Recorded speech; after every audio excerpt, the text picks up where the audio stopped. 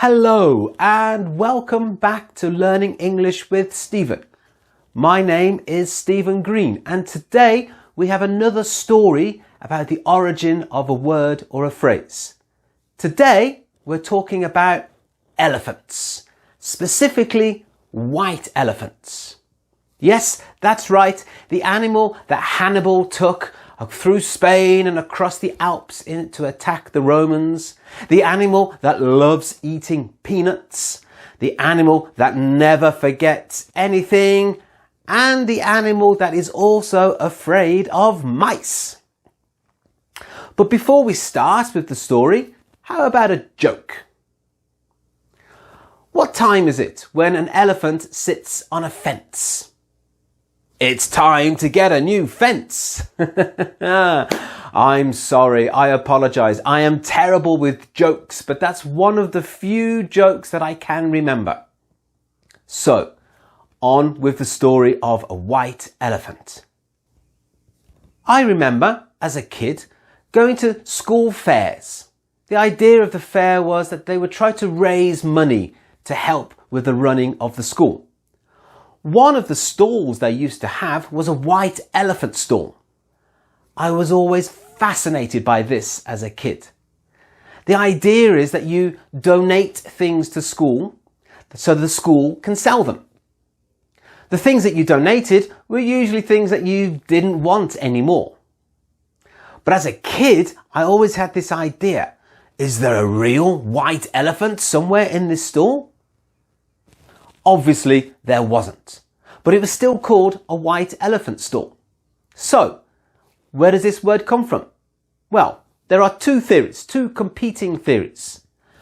The first comes from Siam, or modern-day Thailand.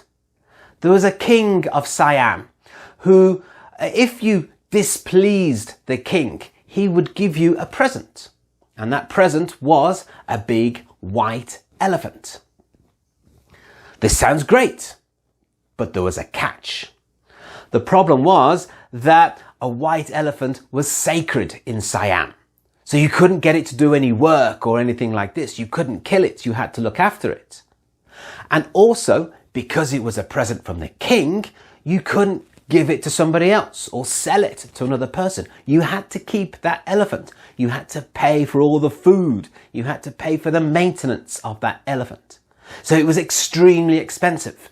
It was a gift that you received, but you couldn't give away and you couldn't use. The second theory comes from the United States in the late 1800s. There was a man called P.T. Barnum, and he was famous for his circus. And he decided one day that he wanted a white elephant in his circus. So he sent $100,000 to India. $100,000 today is a lot of money. Imagine how much money that was in the late 1800s. And he sent this money to India so that somebody would send him a white elephant. The problem was that the white elephant died on the ship over to the United States, so the money was wasted. However, P.T. Barnum really wanted a white elephant, so he sent another $100,000 to India for a second white elephant. This time he had more success because the white elephant actually made it to the United States.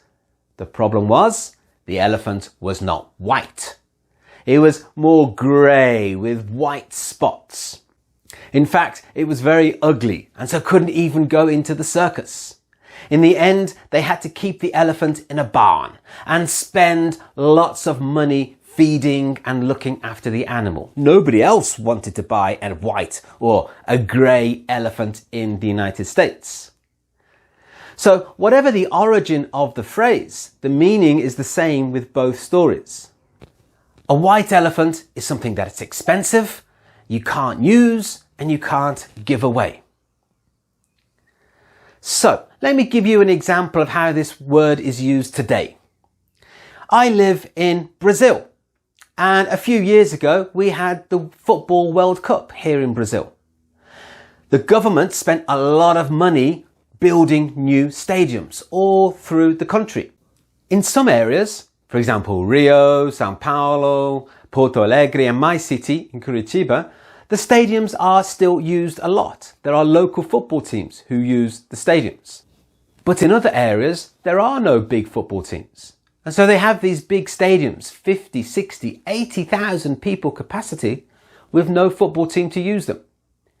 The local government still has to pay for the maintenance of the stadium, but there's no way to use them. So we could say that these stadiums are white elephants. Okay, that's it from me today. I'd love if you could leave a comment on this video. Perhaps you know a better joke about elephants than mine. Or perhaps you can give me an example of a different type of white elephant. Leave your comment. I promise I will try to answer everybody. If you want to see more videos, please take your time to subscribe to my channel. You can also find me on Facebook, Twitter, Instagram, everywhere. My name is Learning English with Stephen. Thank you very much for your time. I hope to see you again soon.